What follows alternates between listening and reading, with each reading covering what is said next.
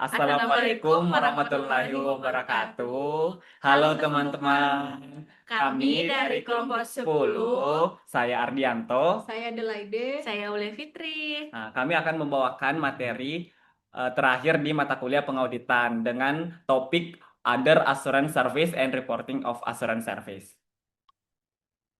Baik, untuk yang pertama itu attestation engagement. Dalam attestation engagement, CPA tidak hanya memeriksa laporan keuangan. Ada 3 bentuk attestation, yaitu examination, review, serta agreed upon procedure. Nah, kemarin kita telah membahas tentang audit selama beberapa pertemuan terakhir, yaitu dia termasuk salah satu dari examination. Nah, kemudian yang kedua itu review. Jadi review itu salah satu jasa yang diberikan oleh auditor untuk mereview atau meninjau suatu laporan keuangan perusahaan. Kemudian agreed upon procedure. Nah, itu juga salah satu jasa yang diberikan atau layanan yang diberikan oleh CPA untuk membuat suatu laporan keuangan perusahaan. Nah, kemudian berdasarkan standar attestation engagement memiliki beberapa komponen penting yang harus dipenuhi. Yang pertama, 3 pihak yang terpisah. Artinya, ketika melaksanakan attestation engagement, pihak-pihak yang yang dalam perikatan ini itu harus ada pihak yang independen, yaitu auditor. Kemudian ada pihak yang akan dilakukan pemeriksaan terhadap laporannya, yaitu klien. Kemudian ada juga beberapa yang terkait dengan pihak yang diaudit, misalnya kreditor atau investor.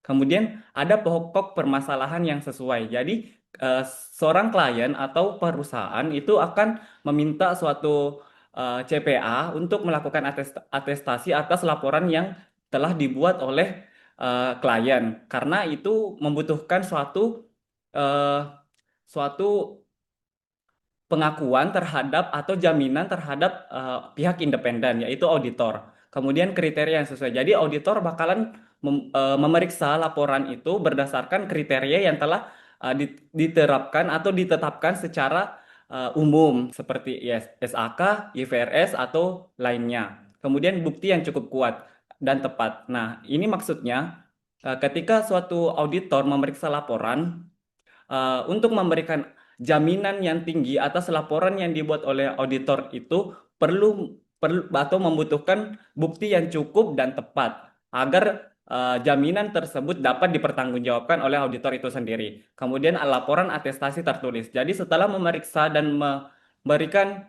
jaminan atau opini atas atestasi laporan tersebut akan diterbitkan oleh auditor secara tertulis.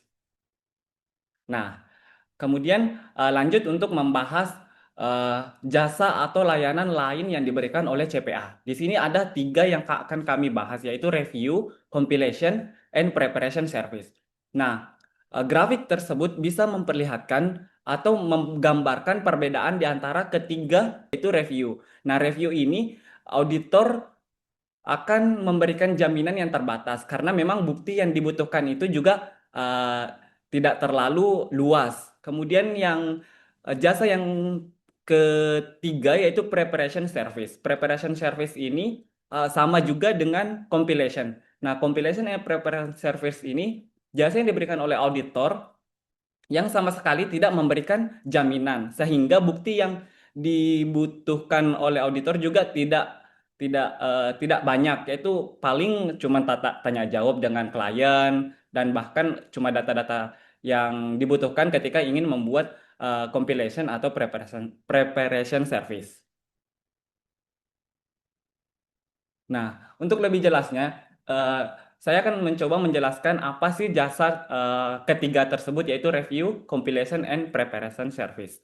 Nah, review service adalah salah satu jasa yang diberikan oleh auditor untuk meninjau ulang laporan keuangan yang dibuat oleh klien. Jadi perbedaannya dengan audit, yaitu review service itu tidak mengeluarkan opini, tidak menghasilkan opini. Jadi auditor hanya membuat laporan hasil tinjauan bahwa ada paragraf yang akan dicantumkan bahwa kami telah meninjau atau mereview laporan keuangan PT bla bla bla dengan dan kami tidak mengetahui ada nilai yang disajikan secara tidak wajar. Nah, Kemudian compilation service dan preparation service. Ini hampir sama karena sama-sama tidak memberikan jaminan sama sekali. Jadi compilation and preparation service ini yaitu jasa yang diberikan oleh auditor seperti membuat laporan keuangan perusahaan bagi perusahaan-perusahaan kecil untuk melihat bahwa uh, ketika perusahaan membutuhkan laporan keuangan yang baku itu bentuknya seperti apa, maka di situ CPA akan berperan untuk membantu suatu perusahaan membuat laporan keuangan dan sama sekali tidak memberikan jaminan. Jadi hasil dari compilation and preparation service ini eh, terdapat kata-kata atau kalimat yang berbunyi no assurance provided, yang artinya tidak ada jaminan sama sekali. Nah, selanjutnya kita akan mencoba membandingkan antara apa sih perbedaan antara review, compilation, and preparation service. Jadi di sini juga saya coba membandingkan dengan audit juga, karena audit juga salah satu jasa yang diberikan oleh CPA kan. Nah, yang pertama itu ada dari tingkat jaminan.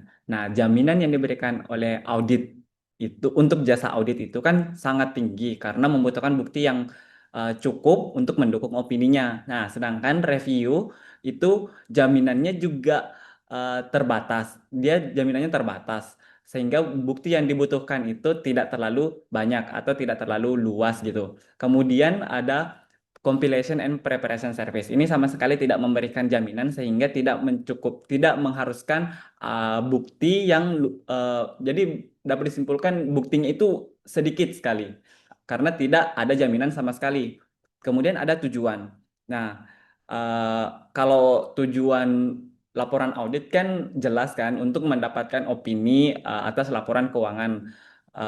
Kemudian ada review. Nah, review ini tujuannya biasanya hanya untuk mendapatkan bahwa keyakinan atas laporan keuangan yang disajikan oleh perusahaan itu eh, kemudian ada compilation and preparation. Jadi tujuannya itu beberapa perusahaan hanya ingin membuat laporan keuangan sehingga membutuhkan jasa atas jasa jasa atas CPA, yaitu itulah yang disebut compilation and preparation.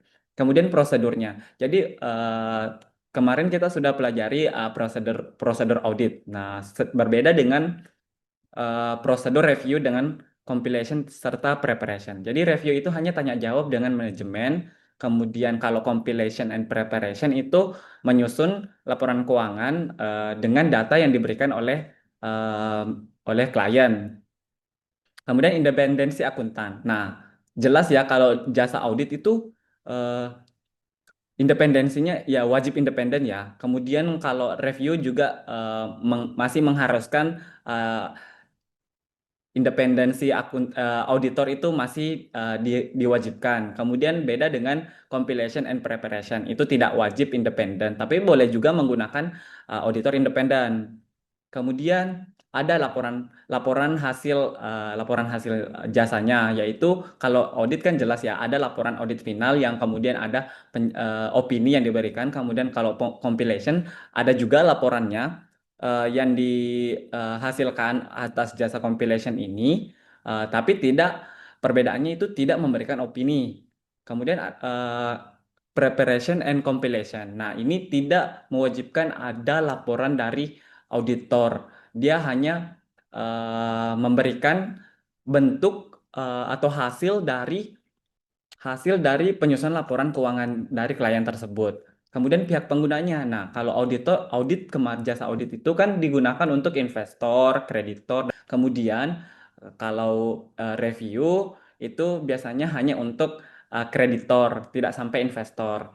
Kemudian compilation and preparation service itu pihak penggunanya internal, kebanyakan pihak internal karena mereka memang baru belajar atau baru ingin apa ya namanya membuat atau menyusun laporan keuangan sehingga membutuhkan bantuan auditor agar mereka bisa uh, melihat bagaimana sih bentuk laporan keuangan tersebut. Makanya uh, perusahaan-perusahaan ini yang menggunakan jasa kompilasi dan preparation itu perusahaan-perusahaan kecil, UMKM. Kemudian biaya dan waktu. Oh, jelas di sini perbedaannya dari segi biaya dan waktunya itu berbeda-beda. Yang pertama dari kalau jasa audit itu membutuhkan waktu yang lama karena memang jaminannya tinggi serta pemeriksaannya cukup luas. Kemudian review cukup tidak terlalu lama. Kemudian yang paling eh, apa ya, paling singkat itu jasa kompilasi dan preparation service. Begitupun biayanya. Jadi biaya tertinggi pasti untuk jasa audit, kemudian disusul oleh review, kemudian compilation and preparation yang paling rendah. Baik, materi selanjutnya tentang Report on Control at Service Organization atau SOC Report. SOC Report ini adalah kontrol organisasi layanan, merupakan hasil audit dari pihak ketiga independen. SOC Report ini bertujuan untuk menilai bagaimana organisasi layanan mengelola dan melindungi data serta informasi sensitif mitra bisnis atau klien perusahaan. Bagi auditor, SOC ini sangat penting, apalagi bagi auditor entitas pengguna, karena sangat berguna untuk bukti independen dan jaminan pihak ketiga. Ada beberapa poin penting dari laporan SOC dalam proses audit. Yang pertama itu mengevaluasi resiko sebagai dasar perencanaan audit, sebagai pengganti pengujian kontrol, melihat dampak pada laporan kegiatan SOC 1, kepatuhan dan tata kelola pada SOC 2, membangun kepercayaan dan entitas audit. Standar yang ditetapkan oleh American Institute of Certified Public Accountant umumnya terdiri menjadi 4 bagian, yaitu yang pertama manajemen assertion. Ini merupakan di mana manajemen organisasi organisasi layanan secara formal menegaskan tentang sistem mereka dan efektivitas internal kontrol yang ditetapkan. Manajemen assertion ini bertanggung jawab penuh atas kekurang kekurangan deskripsi sistem dan efektivitas kontrol yang dijelaskan. Yang kedua, ada independent service. Ini merupakan bagian inti dari SOC di mana auditor eksternal yang independen memberikan pendapat atau opini profesional mereka. Yang ketiga, ada system description. Ini merupakan rincian komprehensif tentang sistem atau layanan yang diberikan oleh organisasi layanan. Tujuannya untuk memberikan pemahaman yang jelas kepada auditor klien tentang ruang lingkup yang diaudit. Yang keempat, ada control test and result of testing. Pada bagian ini, laporan yang diuji oleh auditor harus rinci karena laporan ini menampilkan hasil dari setiap pengujian termasuk pengecualian dan kegagalan kontrol yang dilakukan selama proses audit. Di dalam SOC report ini terdapat 3 bagian, yaitu yang pertama laporan SOC 1, yang kedua laporan SOC 2, dan laporan SOC 3. Laporan SOC 1 dilakukan sesuai dengan Statement on Standard for Attention Engagement nomor 18 yang dikeluarkan AICPA. Laporan SOC 1 berfokus pada pengendalian internal atas pelaporan keuangan yang bertujuan untuk memberikan jaminan kepada auditor klien bahwa kontrol di organisasi layanan telah dirancang atau beroperasi secara efektif untuk mencegah salah saji material dalam laporan keuangan klien. Lalu ada laporan SOC 2. Laporan SOC 2 ini dilakukan berdasarkan standar audit ICPM menggunakan Trust Service Kriteria. Laporan SOC 2 ini berfokus pada kontrol terkait keamanan, ketersediaan, integritas pemrosesan, kerahasiaan, dan privasi data yang bertujuan untuk memberikan jaminan tentang bagaimana organisasi layanan melindungi informasi dan data sensitif klien mereka. Yang artinya laporan SOC 2 ini tidak berfokus pada pelaporan keuangan, melainkan pada keamanan operasional dan kepatuhan data.